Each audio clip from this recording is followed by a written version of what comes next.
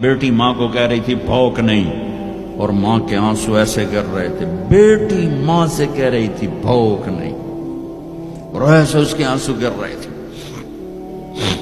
میرے نبی سے پوچھا گیا یا رسول اللہ قیامت کب آئے گی؟ آپ نے کہا اللہ کو پتہ.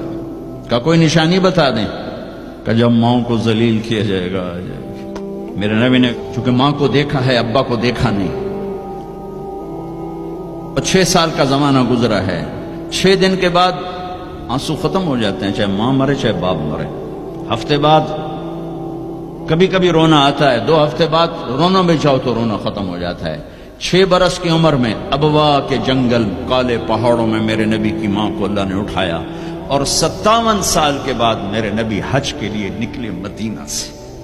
12,000 کا قافلہ چلتے چلتے چلتے ابوا میں کچھ 70,000 ہو چکا ہے، اور آپ اپنی اونٹنی پہ سفر پر ہیں، راستے پر ہیں. آگے ابوا کا چھوٹا سا گاؤں ہے جہاں سارے قافلے نے ٹھہرنا ہے. آپ نے اپنی اونٹنی کو یوں موڑ دیا پہاڑوں میں. قریب کے لوگوں کو پتہ ہے کہاں جا رہے ہیں، باقی تو سب نیا مجمع ہے. وہ کہہ رہے ہیں کہاں جا رہے ہیں کہاں جا رہے ہیں. آپ اپنی اونٹنی کو اندر چلتے چلتے چلتے چلتے چلتے چلتے ایک جگہ اونٹنی کو بٹھایا. ایک پہاڑ ہے 70-80 فٹ اونچا، اس پہاڑ پر چڑھے.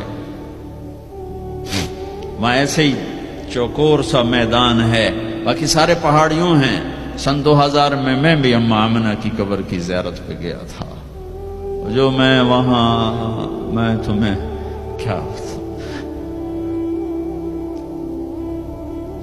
میں یہ واقعہ ہزاروں دفعہ سنا چکا ہوں. ہر دفعہ ہی ایسے رونے بیٹھ جاتا ہوں کہ پھر میں وہاں نہیں کھڑا ہوتا، پھر میں وہاں ابوا پہنچ جاتا ہوں. میں دیکھتا ہوں 6 سال کی عمر میں میرے نبی کو اللہ نے یہاں اتنا بڑا امتحان دیا کہ جنگل میں ماں کو موت دے دی. 25 سال کی عمر میں ماں مر گئی، اچانک مر گئی، کوئی بیماری نہیں کچھ نہیں، جس کو آج ہم ہارٹ اٹیک کہتے ہیں، ہارٹ فیلئر کہتے ہیں. اتنا آخری جملہ کہا کل حی میت و کل جدید بال وقد ولدت طہرا. بولا نہیں جا رہا تھا تو بجھتے بجھتے بھڑکتی شمع نے کہا بیٹا ہر زندہ نے مرنا ہے، ہر جوانی نے ڈھلنا ہے. لگتا ہے تیری ماں کا آخر آ چکا ہے، لیکن میں نے ایک بچہ جنا ہے جو سارے عالم کو پاک کر دے گا. اور شمع خاموش ہو گئی. کس طرح انہیں دفن کیا میں وہاں کھڑا یہی سوچتا رہا کہ یہاں قبر بنائی کیسے ہوگی. تو پتھر ہیں، کوئی لوگ گزرے ہوں گے یا پتھر جوڑ کے. جب ایمن نوکرانی ساتھ ہیں، وہ ان کو لے کر نیچے اتری، اونٹنی کے قریب پہنچی تو آپ نے ہاتھ چھڑایا اور پھر بھاگے، پہاڑی پہ چڑھ گئے. ایمن پیچھے گئیں تو وہ منظر تھا کہ شاید اس وقت عرش بھی رو رہا ہوگا کہ اللہ کے نبی نے ماں کی قبر کو چمٹایا ہوتا سینے کے ساتھ. قبر پہ سے گرے پڑے تھے. اور جب ایمن قریب آئیں تو وہ نوحہ کہہ رہے تھے کہ پتھر بھی پگھل رہے تھے کہ ماں جی آپ کو تو پتا تھا آپ کے سوا میرا کوئی نہ تھا، آپ مجھے چھوڑ کے کیوں چلی گئی، آپ مجھے چھوڑ کے کہاں چلی گئی. ایمن نے اٹھانا چاہا، انکار کر دے گا، میں نہیں جاتا، میں نہیں ماں کو چھوڑ کے جاتا. کھینچ کے لے گئی، گھسٹتا ہوا بچہ پہاڑ سے اتارا.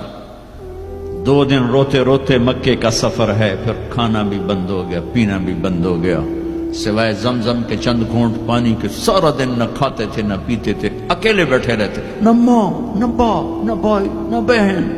اللہ 57 سال کے بعد ماں کی قبر پر پہنچے اور قبر کے سرہانے آ کر بیٹھے، گوڈے اوپر اٹھائے اور ہاتھ یہاں رکھے اور سر گوڈوں میں دے دیے، جیسے چھوٹے بچے رونے کی پوزیشن بناتے ہیں. یہ چھوٹی جگہ میں دکھا نہیں سکتا.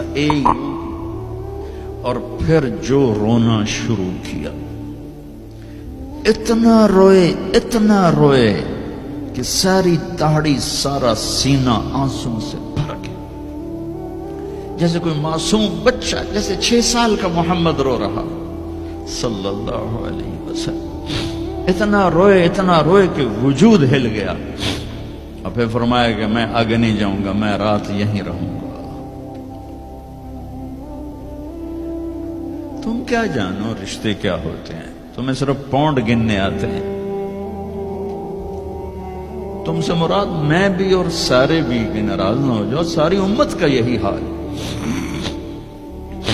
رات وہاں گزاری، ہائے کیا کہہ رہے ہیں، کاش میری ماں کبھی ہوتی، میں ایسی خدمت کرتا کہ بریڈ فورڈ والے بھی یاد کرتے ہیں، میں ایسی خدمت کرتا کہ میں عشاء کی نماز کے مصلی پر کھڑا ہوتا اور سورۃ فاتحہ پڑھ رہا ہوتا، اور پھر ادھر سے میری ماں کہتی محمد، تو میں نماز توڑ کے کہتا لبیک اماں جی،